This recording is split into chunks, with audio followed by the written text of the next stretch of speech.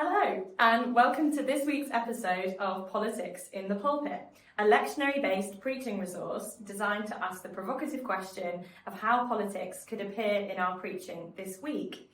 I'm Erica, the JPIT communications intern for this year, and I'm also the producer of Politics in the Pulpit at the moment.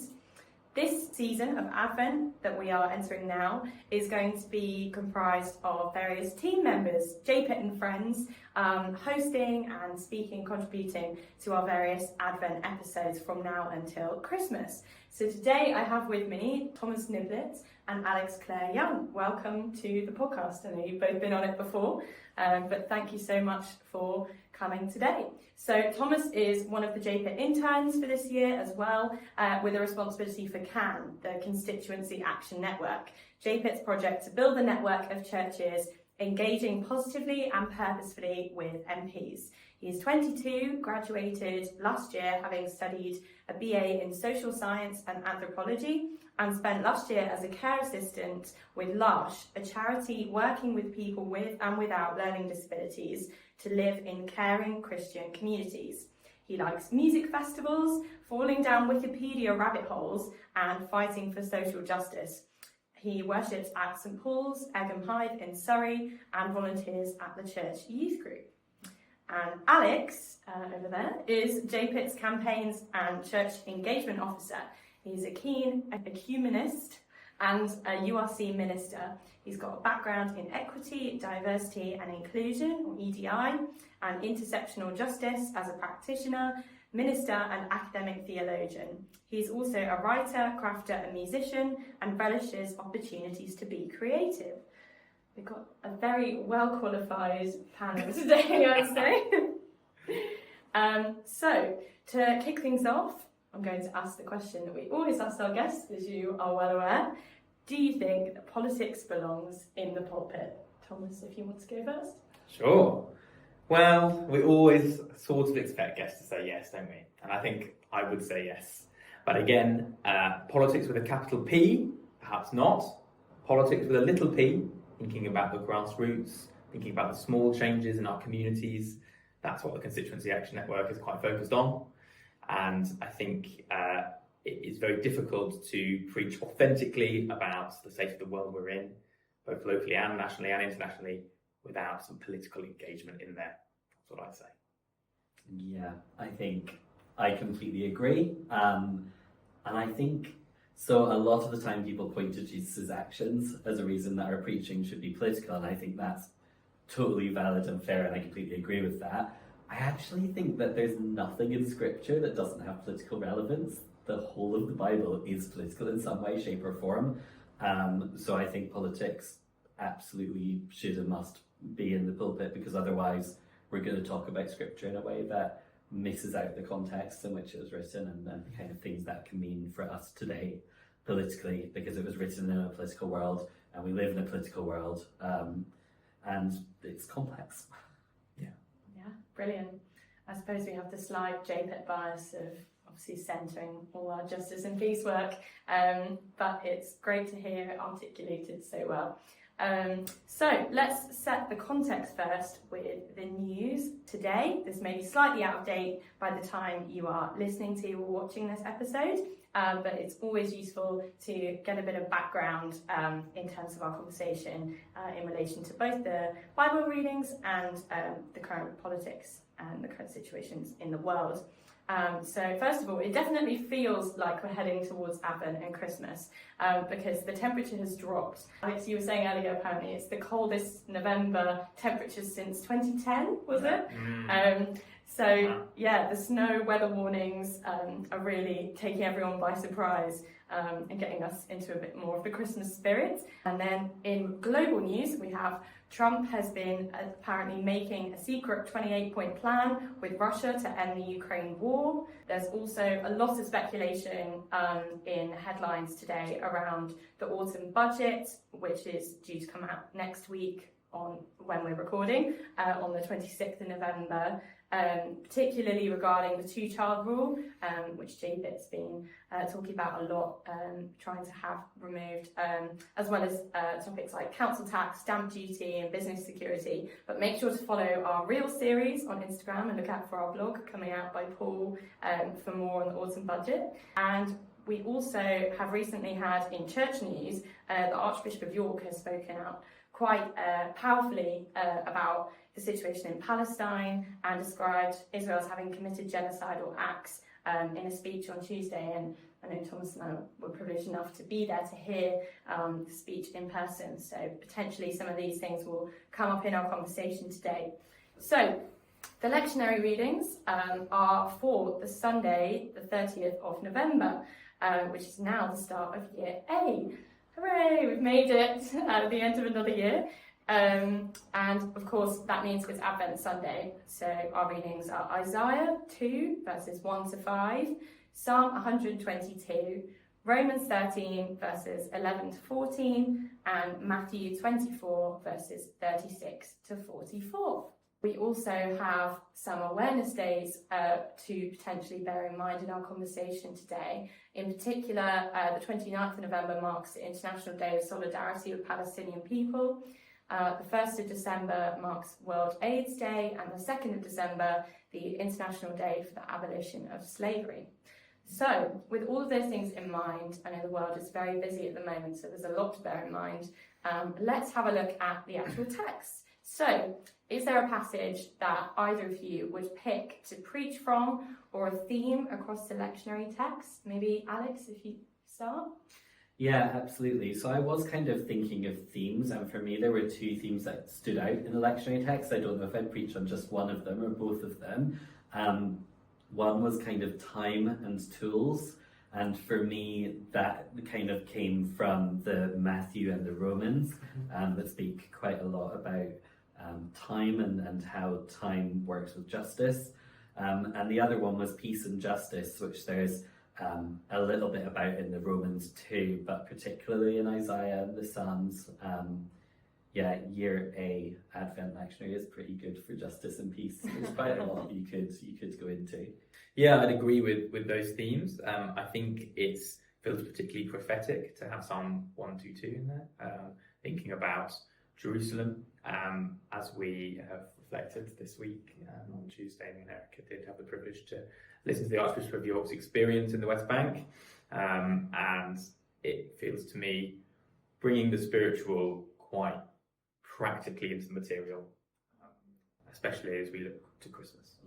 I guess particularly looking at the gospel passage and Advent is of course the time to think about getting ready and preparing, following the JPIT conference. It was all very exciting, and now we're sort of getting ready for the next phase of our activism and our projects and things at JPIT, but also everyone else is getting ready for Christmas. So I wanted to ask you both, what are you getting ready for at the moment, I suppose, in your activism? God is a God of peace, not war.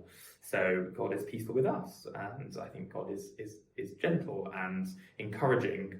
And I think I've seen a lot in fellow justice seekers, who, especially Christians who I know, who feel really strongly about these things and about these causes, and feel constantly inadequate, and that can be really demoralising, and can be almost a bit of a get out, to feel so overwhelmed that you don't know what to do next. But actually taking a step back and remembering God's softness and gentleness with us, for me, is really helpful when we're thinking about the future. We want to de-link the idea that the future kind of builds up and up and up and up, and there's more and more and more. Actually, that can be really tempting to fall into it, and that's really intimidating when you have an idea of the future becoming big and overwhelming. I think actually, this is not what this passage is saying. It's saying that God is going to be with us now and in the future and outside of time, and that should be an encouraging thing. Yeah, that's so interesting from both of you. I think that sort of from my own experiences, I did quite a lot of looking into ideas around climate anxiety and people feeling really overwhelmed.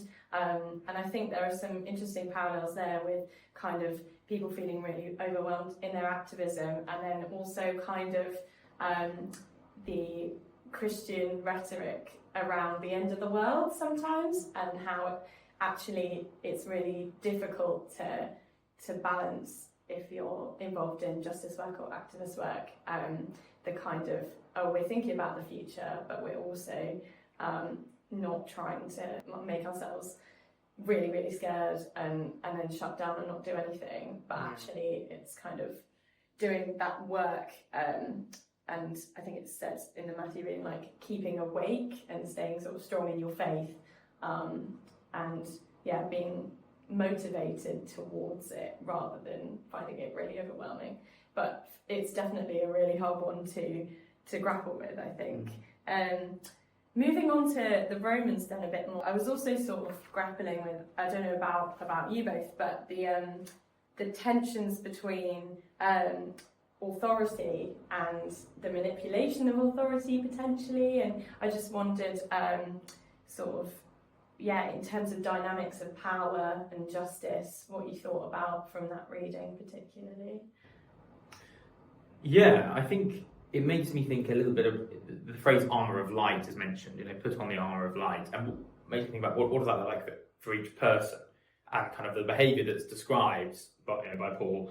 It is quite specific in some ways, thinking about drunkenness and debauchery. We have very clear, highly cultural ideas of what this looks like in practice, and I think that can be a barrier to really taking each person as an individual, and thinking about what are the individual behaviours that we do that maybe harm society as a collective, and then what can we orient ourselves around that build up to the societal wide kind of achievement of justice and peace and rejection of societal system-wide sin, which I think for me that's a really important principle, is always to not to kind of reject the individual responsibility people have, and I think that the responsibility of Christians in activist spaces can be to really talk about that actually, but to really point towards what does this mean for each of us in light of us all being the body of Christ together.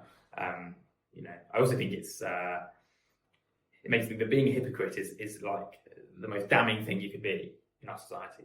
It's so kind of it's such a powerful fear, because we value being authentic in the way that we live out our faith, and we should be careful not to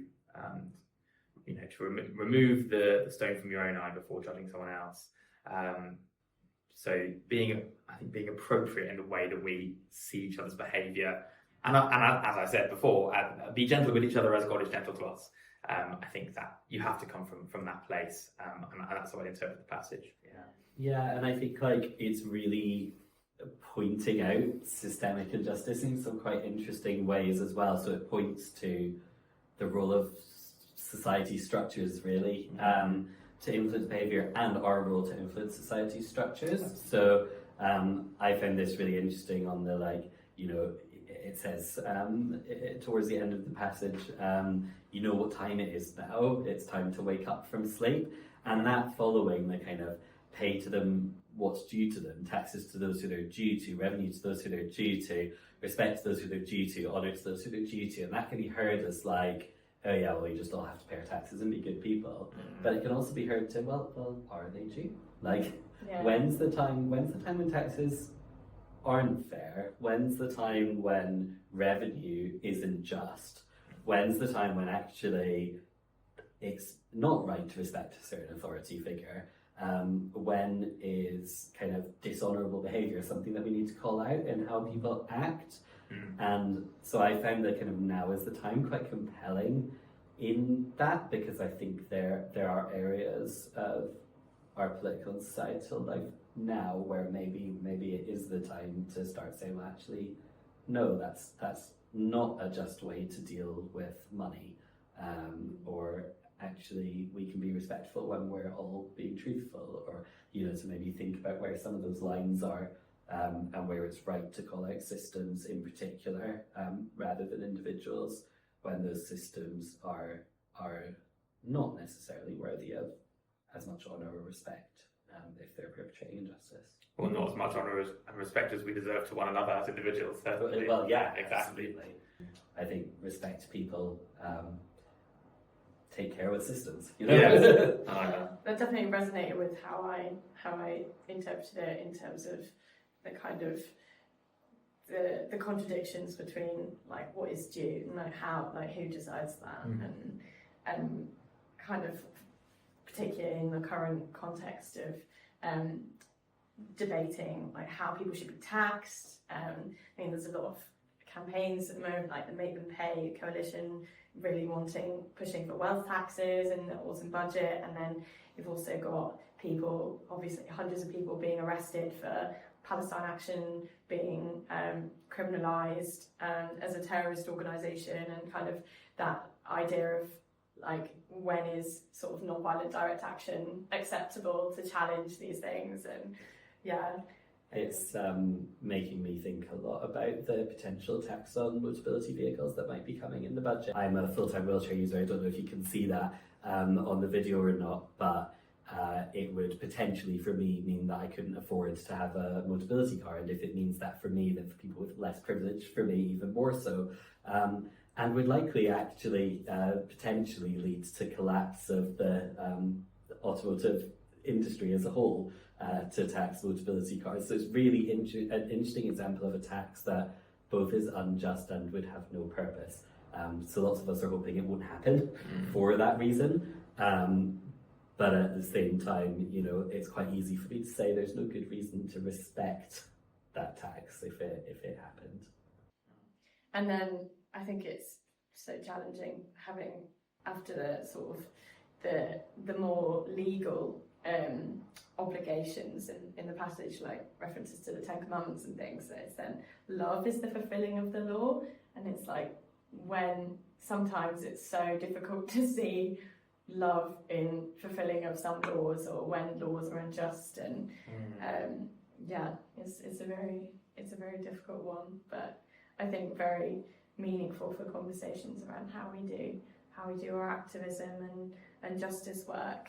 Moving on then, the Isaiah or the Psalms? I think Isaiah would be a good one, and then we could get Psalms later. So Isaiah for me was even more about those kind of systems and structures and tools, and how what using them with love means. Yeah. So how we kind of combine those two because of this move from swords to plowshares and spears to pruning hooks. And for me, I think we often focus on that in terms of peace and non-violence, and the move from violence to non-violence. But I wonder if we need to focus on what the weapons are actually turned into, because they're turned into the means of production, and like means of production are really powerful and economically important. So turning something that's used for war for being better than someone else effectively, or for your life being more worthy than someone else, into something that's about feeding people, I think is quite meaningful. And you know, maybe right now we get stuck in a lot of debates politically, and like who's right, who's wrong, and maybe that's the sword, and maybe the plowshare is like who's hungry, we feed them, both literally and kind of metaphorically. I think that's a great warning for the way that we interpret the Bible more broadly, actually, because I noticed that swords and spears are common terms in modern English. Plowshares and pruning hooks are not as much. So we have to be, I think, at close reading to think about what that would have meant in context. And I think it's an interesting reflection that the words about violence and war come to us much more quickly than the words about feeding up. That's really interesting. Yeah. I think something this passage stood out to me was thinking about the mountain. And we often think, we think of mountains as mighty and strong and powerful. But here, the mightiest mountain of them all, which is the Lord's, is defined by its peacefulness. And I think that really challenges the status quo. It kind of the metaphor of the mountain upends our understanding of what power looks like, because we associate power and holding power as being a fundamentally negative thing. And I think sometimes as Christians we can do that. We can almost valorize the rejection of having any power. I think we would say, as activists, let's JPIT, that I personally don't want to reject power holding. I would like the power that's held to be godly, and I think this passage speaks to that because it's talking about, it's recognizing that God's authority, but that is defined in a way that is almost unimaginable for us as humans, as fallible beings, to really imagine in the systems that we confront day in, day out. And then it raises questions about the role of the church, I think. And if the church is somewhere in between that, if the church is both held in human hands, but in the cradle of God as well, how do we avoid corrupting the name of God in the power that the church does hold still, and in lots of places the world really holds, and avoid using that to justify conflict and justify expropriation of resources and land. There's a really good resource from the Methodist Global Mission Fellowship, thinking about, or Mission Network, and some words of some kind, a document about land justice that I think makes me think about this, where that's not an issue, but maybe we would grasp that as British activists very much. We don't think about land because our economy isn't reliant on land in the same way. But for lots of Christians around the world, the practice of access to land, equitable caring for the land, and I think linking to what you said, Alex, about the use of tools and the means of production on that land for everyone, and not resources being used, expropriated and exported away from the communities that live on that land. That's something that is really rooted in the text here. Yeah, I really like what you were saying about the mountain particularly. That also really stood out to me. I think the imagery you were mentioning about the mountain seeming like a really powerful, ominous, like power being really negative thing. Wordsworth's poem The Prelude has this similar really powerful imagery about mountains and kind of sort of critiquing the concept of power, but it's also kind of the amazing power of nature, and also I think that particularly could be another strand from this passage in terms of let us go up to the mountain of the Lord, and kind of really appreciating the mountain of the Lord, like when you get to the top of a hill, like after a hike. And it also really made me think about our weekend that we just spent in Cliff College as part of the Methodist Young Adult Leadership Year, and how we were sort of travelling there like in the taxi, in the dark, in the rain, but then actually when it was sunny it was like, wow, isn't this beautiful? And I just think that particularly in those landscapes, whilst you have the sense of power and overwhelm, you can also have such a sense of peace, like you were saying, and actually being at the top of the mountain of the Lord, and taking that sort of solace. And I think it really stood out to me in terms of the importance of taking that space and time to recharge in justice work and activist work. And I think particularly after our conference, we all really needed that, and having a bit of time to reset and just process everything. And I think that's really important still. Was there anything else that you wanted to add, Alex, about the Isaiah reading? No, I don't think so. I mean, I was just thinking that talking about land brings us on really nicely to the Psalm, so I might... Absolutely. For me, with the Psalm, it's one that can be read really unhelpfully in thinking about Palestine, but actually also it's just a prayer for peace in Jerusalem, and like we would all like that right now. So I think taking it at its most basic level, like we need to pray for peace, and Christmas is a good time to do that. So for me, this really challenges me to keep praying for peace everywhere during this season. And I also like the fact that it talks about the kind of towers of Jerusalem and the temples being the house of God, which is one of the bits that can be taken in an unhelpful direction.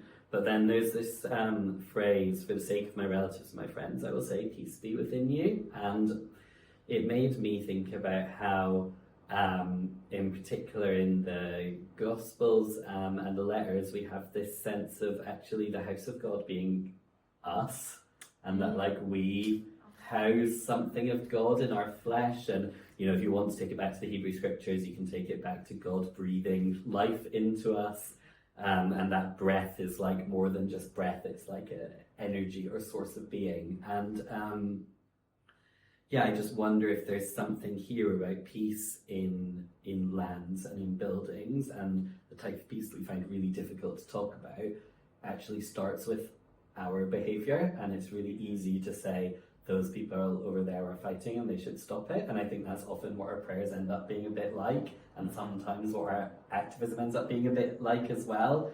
Whereas actually thinking about what I can do that will constructively lead to peace in my life and my relationships, and what I can do that will constructively lead to peace in the UK and around the world, particularly in places like Palestine and Israel, Ukraine and Russia, multiple other countries where there's conflict at the moment, because we all have an impact. We all have a global impact now. So starting with pointing the finger back at myself, I think, is what this reading challenges me to do. Well, I was going to say the same thing about the house of the Lord being us and residing in us. And I think it's really important to remember that. I think you can read this passage helpfully in thinking of Jerusalem as a material place where there is current suffering, Palestinian suffering, and, for example, the Armenian Christian community in Jerusalem, whose land is being brought up and their graves and buildings being defaced by far-right extremists. So it's important to de-spiritualize our readings of the Bible, because I think for Palestinian Christians they would want to read this passage in that way, as a very material way, and that long lineage of Palestinians living their faith in the Holy Land, that is a really understandable way to read the passage, and it's very helpful for us to put ourselves in the shoes of other Christians who would read it like that, even though that's not our lived experience, probably, unless anyone listening to the podcast grew up in Jerusalem, which there may well be. But it's also, if we are going to think of the metaphor of the house of God and a kind of metaphorical Jerusalem, it's really important to find God in places that feel... I think it's easy to find God in places that feel thin, that maybe feel holy. And we might identify Jerusalem in this passage as being like that. But it's also important to find God in the places where we live and work in the mundane, and we encounter people as well as scenes of nature. Precisely because the house of the Lord is the Spirit that resides in each one of us, surrounding us. So it's really important for me, I think, to remember that it can be quite easy to identify God in situations that have a cultural resonance for us as holy places, and actually not to confuse that with a presence of God that we can find in anyone, because we all bear the face of Christ. And that's really important, because we need to act with people and not for. I think that's something constantly, especially working in a church, that we need to remember. It's very easy to have a temptation to bring God to the people and forget that God's already there. That's the whole point. That's the Trinity. That's the Holy Spirit. So we are not the ones who bring the house of the Lord to those who need it. God is already present, whoever we are, from everyone, any setting, any hierarchical relationship in this world. We all need God just the same. So yeah, I would see the house of God as in some ways the body of Christ, and that's our body as well as the church, because we are the church. I echo both of those in my readings as well, and I particularly was kind of immediately drawn in the idea of like the house of God, the house of Jacob, to thinking about sort of local communities, and where is the house of God in my life, or and how it should be about people rather than just land, whether that's like your local church, whether it's your local community group, your local political party, or whatever else you're involved in, your workplace. And kind of the different ways that we can interpret that. And then also I was struck by the prospect of being welcomed into that, and particularly in light of some of the work that we're doing at the moment around with refugees, and the Together with Refugees campaign coming up in December, and kind of the hope that we have for achieving that space, I suppose, through Jesus and through our faith and our community relationships. And also, I was drawn to the way in which the psalm talks about "I will seek your good" in kind of a very simple way. It really made me think about our conference theme, "For goodness sake," and kind of the need to actively be involved in that justice work. But yeah, is there anything else that either of you would like to share in terms of your thoughts? Maybe drawing together some of your key themes and highlights from these readings today? I'm going to go outside of the readings, which for a URC minister, like, that feels quite difficult. I want to be like, it should all be about the readings. However, because it's Advent and like we do enjoy some other stuff in Advent, I would be really keen to think about the Advent candles from a justice perspective. So, you know, there are two routes that a lot of people go down. I've read that there are lots of different ways you can go with Advent candles, but the two most common routes are hope, peace, and joy, or patriarchs, prophets, John the Baptist, Mary. And I think both of those kind of point to justice themes. And if you're trying to find or putting together an Advent candle prayer, maybe think about how much it thinks about justice themes. And like, I was really struck when you were talking, Thomas, about the need to balance the like concrete and actual with the like spiritualized. And I think sometimes in Advent and Christmas it can be really easy to like leap to the spiritualized because we, you know, it's cold and dark and we want a bit of comfort, frankly. And I think with Advent candles in particular, we can do that sometimes. We can make it quite fluffy, and you know, that's fine. You do you if that's what you want to do, but like, I think maybe if we're doing that symbolic thing every week during Advent, maybe it's a time to be like, let's put some material stuff in these prayers and like light these candles, thinking about what we can do to enact justice in the world.